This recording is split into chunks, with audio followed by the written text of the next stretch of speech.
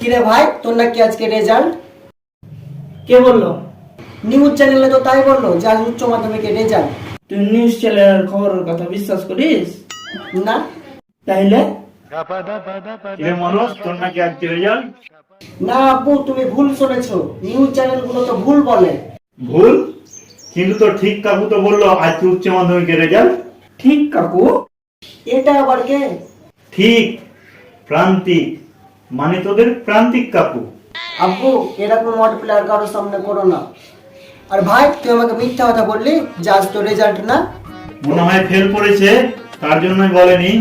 তাহলে তো তুই বড় হয়ে নেতা হতে পারবি। উচ্চ মাধ্যমিকেও ফেল করেছিস, আবার মিথ্যা কথা বলতে পারছিস। তোর তো ভবিষ্যৎ একেবারে ক্লিয়ার। দেখে নেতা হতে যায় আবার নেতা হয়ে যাস না।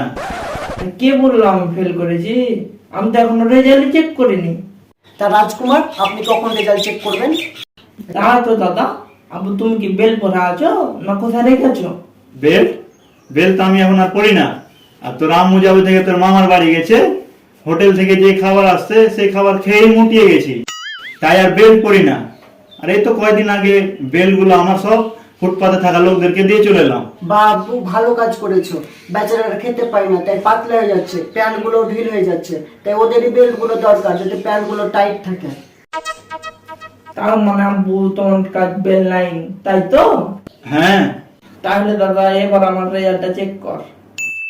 ও, তার মানে বুঝে গেছি তুই ফেল করেছিস, তোকে বেল দিয়ে মারবো, তাই তুই আগে চেক করে নিলি যে বেল্ট আছে কিনা। আপু, তুমি আগে আন্দাজ করো না তো। হ্যাঁ, তোমার আন্দাজ আর যারা মনে করছে মমতা দিদি প্রধানমন্ত্রী হবে তাদের আন্দাজ ভুল প্রমাণিত হবে। আমি এবার রেজাল্টটা চেক করি।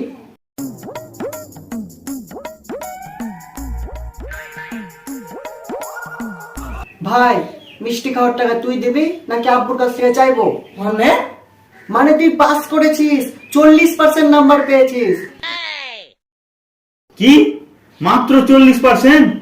তোর প্রান্তিক কাকুর ছেলে লেটার পেয়েছে, লেটার। সে তো লেটার আমিও পেয়েছি, স্কুলে গার্জেন মিটিং এর সময় তোমাকে দিয়েছিলাম। আরে হতচ্ছাড়া, এই লেটার সেই লেটার না। এই লেটার মানে হচ্ছে ভালো নাম্বার পেয়েছে। হ্যাঁ ভাই, তোর আর একটু বেশি পেলে ভালো হতো। আমাকে দেখ, আমি 50% নাম্বার পেয়ে পাস করেছি। দাদা, করোনার সময় অটো পাসে পাস করাকে ভালো নাম্বার পেয়ে পাস করা বলে না। কিন্তু তুই কেন পারলি না?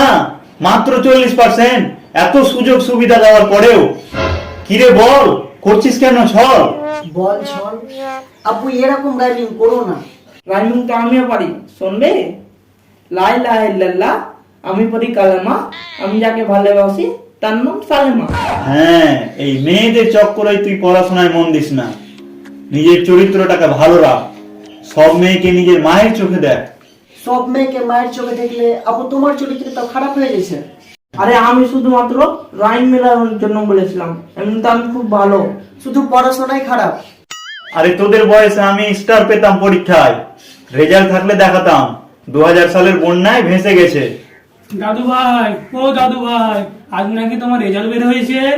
তা কত পেয়েছো? কত আর পাবে?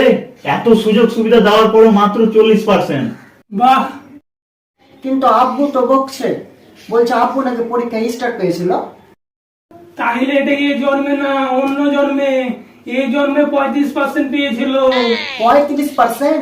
কিন্তু সেটা না, তোমার আব্বু কম পেয়েছে, তাই বলে কি তোমাকেও কম পেতে হবে? মোটেও না। আমি তো ওটাই বলছি, আমাদেরকে আমাদের ভবিষ্যতের জন্য পড়তে হবে। কিন্তু আর একটু বেশি পেলে ভালো হতো। প্রান্তিকের ছেলে 80% পেয়েছে।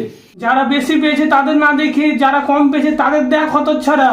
আর যারা ফেল করেছে তাদের দেখ, তাহলে বুঝতে পারবি আমার ছোট দাদু ভাই কত নাম্বার পেয়েছে। এবার পাসনি লেটার, পরের পরীক্ষা হবে এর থেকে বেটার। এরকম রাইম আর কারোর সামনে করিস না, মার খেয়ে যাবি। আচ্ছা আচ্ছা, আজ মনোজ পাস করেছে, এই খুশিতে হয়ে যাক বিরিয়ানি। কিন্তু আম্মু তো নাই যে রান্না করবে। তোর মা নাই তো কি হয়েছে? জো মা তো আছে, জো মা তো। এরকম আর play করো না আব্বু। হ্যাঁ।